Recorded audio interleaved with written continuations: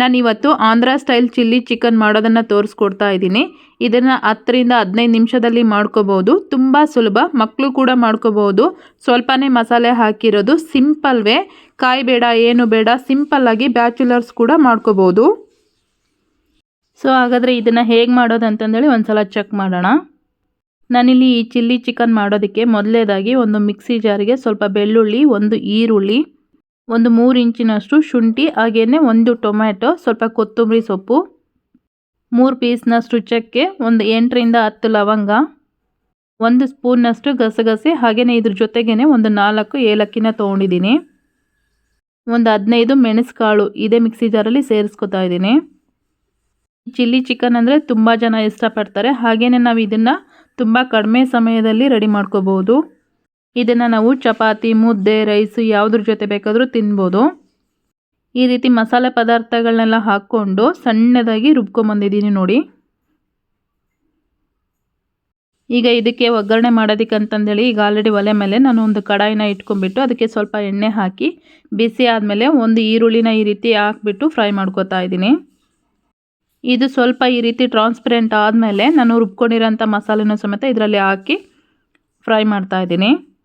ಈ ಮಸಾಲೆ ಹಾಕಿದ ಮೇಲೆ ನಾವು 1-2 ರಿಂದ 3 ನಿಮಿಷ ಲೋ ಫ್ಲೇಮಲ್ಲಿ ಇದನ್ನು ಈ ರೀತಿ ಫ್ರೈ ಮಾಡ್ಕೋಬೇಕು. ಎಣ್ಣೆ ಒಳಗೆ ಮಸಾಲೆಯಿಂದ ಎಣ್ಣೆ ಬಿಟ್ಕೋಬೇಕು, ಅಲ್ಲಿವರೆಗೂ ನಾವು ಈ ರೀತಿ ಫ್ರೈ ಮಾಡ್ಕೋಬೇಕು. ಈಗ ಒಂದು 1/4 ಟೀ ಸ್ಪೂನಷ್ಟು ಅರಿಶಿನ ಪುಡಿನೂ ಸಮೇತ ನಾನು ಸೇರಿಸ್ಕೊಂಡಿದ್ದೀನಿ ನೋಡಿ. ಎಣ್ಣೆ ಎಲ್ಲ ಬಿಟ್ಕೊಂಡಿದೆ ಮಸಾಲೆಯಿಂದ.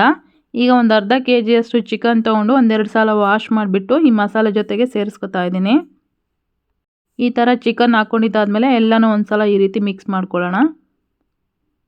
ಚಿಲ್ಲಿ ಚಿಕನ್ ಅಂದರೆ ಒಂದೊಂದು ಸೈಡಲ್ಲೇ ಒಂದೊಂದು ಥರ ಮಾಡ್ತಾ ಇರ್ತಾರೆ, ಅಂದರೆ ಆಂಧ್ರದಲ್ಲೇ ಒಂಥರ ಮಾಡ್ತಾ ಇರ್ತಾರೆ. ಸೊ ನಾನು ಮನೇಲಿ ಮಾಡ್ತಾ ಇರ್ತೀವಲ್ವ, ಸೊ ಅದೇ ವೇಯಲ್ಲಿ ಸಿಂಪಲ್ ವೇಲೆ ತೋರಿಸ್ಕೊಡ್ತಾ ಇದ್ದೀನಿ. ಈ ರೀತಿ ಎಲ್ಲ ಚಿಕನ್ ಮಿಕ್ಸ್ ಮಾಡ್ಕೊಂಡ್ಮೇಲೆ ಇದಕ್ಕೆ ನಾನೀಗ ಒಂದು 5 ರಿಂದ 6 ಹಸಿಮೆಣ್ಸಿನ್ಕಾಯಿನ ಸೇರಿಸ್ಕೊತಾ ಇದ್ದೀನಿ. ಖಾರ ಬಂದುಬಿಟ್ಟು ನಿಮಗೆ ಎಷ್ಟು ಬೇಕೋ ಅಷ್ಟು ಹಾಕ್ಕೊಳ್ಳಿ. ನಾನು ಸ್ವಲ್ಪ ಮೀಡಿಯಮ್ ಖಾರನೇ ಮಾಡ್ತಾ ಇದ್ದೀನಿ. ಈ ಥರ ಹಸಿಮೆಣ್ಸಿನ್ಕಾಯಿ ಹಾಕ್ಕೊಂಡು ಒಂದು ಸಲ ಈ ರೀತಿ ಮಿಕ್ಸ್ ಮಾಡ್ಕೊಂಡ್ಮೇಲೆ ಒಂದು ಟೊಮೆಟೊನ ಇದಕ್ಕೆ ಕಟ್ ಮಾಡಿ ಹಾಕ್ತಾ ಇದ್ದೀನಿ. ನಿಮಗೆ ಟೊಮೆಟೊ ಬೇಕು ಅಂತಂದರೆ ಇದನ್ನು ಹಾಕ್ಕೊಳ್ಳಿ, ಇಲ್ಲಾಂದರೆ ಇದನ್ನು ಸ್ಕಿಪ್ ಮಾಡ್ಬೋದು. ಇದ್ರ ಬದಲಿಗೆ ಸ್ವಲ್ಪ ನಿಂಬೆಹಣ್ಣಿನ ರಸನೂ ಸಮೇತ ನೀವು ಸೇರಿಸ್ಕೋಬೋದು.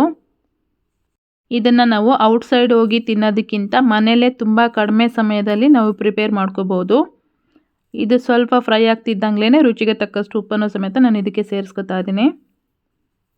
ತುಂಬ ಈಸಿ ಮೆಥಡಲ್ಲಿ ಮಾಡೋದನ್ನು ಹೇಳ್ಕೊಡ್ತಾ ಇದ್ದೀನಿ. ಸೊ ನೀವು ಖಂಡಿತ ಮನೇಲಿ ಒಂದು ಸಲ ಟ್ರೈ ಮಾಡಿ, ಹಾಗೆಯೇ ಟೇಸ್ಟು ಸಹ ಸೂಪರಾಗಿರುತ್ತೆ.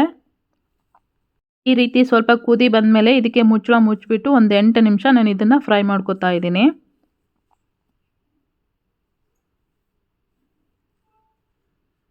ಎಂಟು ನಿಮಿಷ ಆದಮೇಲೆ ನಾನು ಮುಚ್ಚಳನ ಓಪನ್ ಮಾಡ್ತಾ ಇದ್ದೀನಿ ನೋಡಿ. ಈ ರೀತಿ ಎಲ್ಲ ಚಿಕನ್ ಬೆಂದಿದೆ.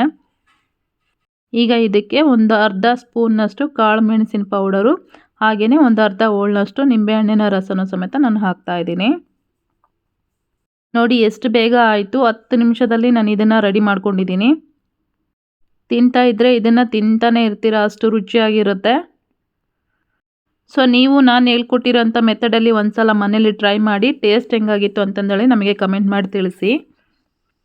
ಹಾಗೆಯೇ ಇಲ್ಲಿ ಹಸಿಮೆಣ್ಸಿನ್ಕಾಯಿನ ಈ ರೀತಿ ಕಟ್ ಮಾಡಿ ಹಾಕ್ಕೊಳ್ಳೋಕೆ ಇಷ್ಟ ಇಲ್ಲದೆ ಇರೋರು ಸ್ವಲ್ಪ ಚಚ್ಬಿಟ್ಟು ಸಮೇತ ನೀವು ಇದಕ್ಕೆ ಹಾಕ್ಕೋಬೋದು, ಅದು ಸಹ ಟೇಸ್ಟ್ ಚೆನ್ನಾಗಾಗುತ್ತೆ. ಹಾಗೆಯೇ ಸ್ವಲ್ಪ ಸ್ಪೈಸಿಯಾಗಿರುತ್ತೆ. ಈ ರೀತಿ ಪೆಪ್ಪರ್ ಪೌಡರ್ ಹಾಕ್ಕೊಂಡಿದ್ದಾದಮೇಲೆ ಒಂದು 4 ರಿಂದ 5 ನಿಮಿಷ ನಾನು ಇದನ್ನು ಫ್ರೈ ಮಾಡ್ಕೊಂಡಿದ್ದೀನಿ ನೋಡಿ. ಈ ರೀತಿ ರೆಡಿಯಾಗಿದೆ ಚಿಲ್ಲಿ ಚಿಕನ್ ಬಂದುಬಿಟ್ಟು ಫೈನಲ್ ಆಗಿ. ನೋಡ್ತಾ ಇದ್ದೀರಲ್ವಾ, ನೋಡ್ತಾ ಇದ್ದರೆ ಬಾಯಲ್ಲಿ ನೀರು ಬರ್ತಾ ಇದೆ ಅಲ್ವಾ. ಇದನ್ನು ಚಪಾತಿ ಜೊತೆ ಆಗಿರ್ಬೋದು, ರೈಸ್ ಜೊತೆ ಆಗಿರ್ಬೋದು, ತಿಂತಾ ಇದ್ದರೆ ಒನ್ ಮೋರ್ ಅನ್ನೋದಂತೂ ಪಕ್ಕ ಆಗಿರುತ್ತೆ. ತುಂಬ ಸುಲಭವಾಗಿ ಕಡಿಮೆ ಟೈಮಲ್ಲಿ ನಾವು ಈ ರೆಸಿಪಿನ ರೆಡಿ ಮಾಡ್ಕೋಬೋದು. ಸೊ ನೋಡಿದ್ರಲ್ವಾ ಇವತ್ತಿನ ರೆಸಿಪಿ ನಿಮಗೆಲ್ಲ ಇಷ್ಟ ಆಗಿದೆ ಅನ್ಕೋತೀನಿ. ಇಷ್ಟ ಆಗಿದ್ದರೆ ಒಂದು ಲೈಕ್ ಮಾಡಿ, ಕಮೆಂಟ್ ಮಾಡಿ, ಶೇರ್ ಮಾಡಿ. ಮುಂದಿನ ವಿಡಿಯೋದಲ್ಲಿ ಸಿಗೋಣ. Thank you.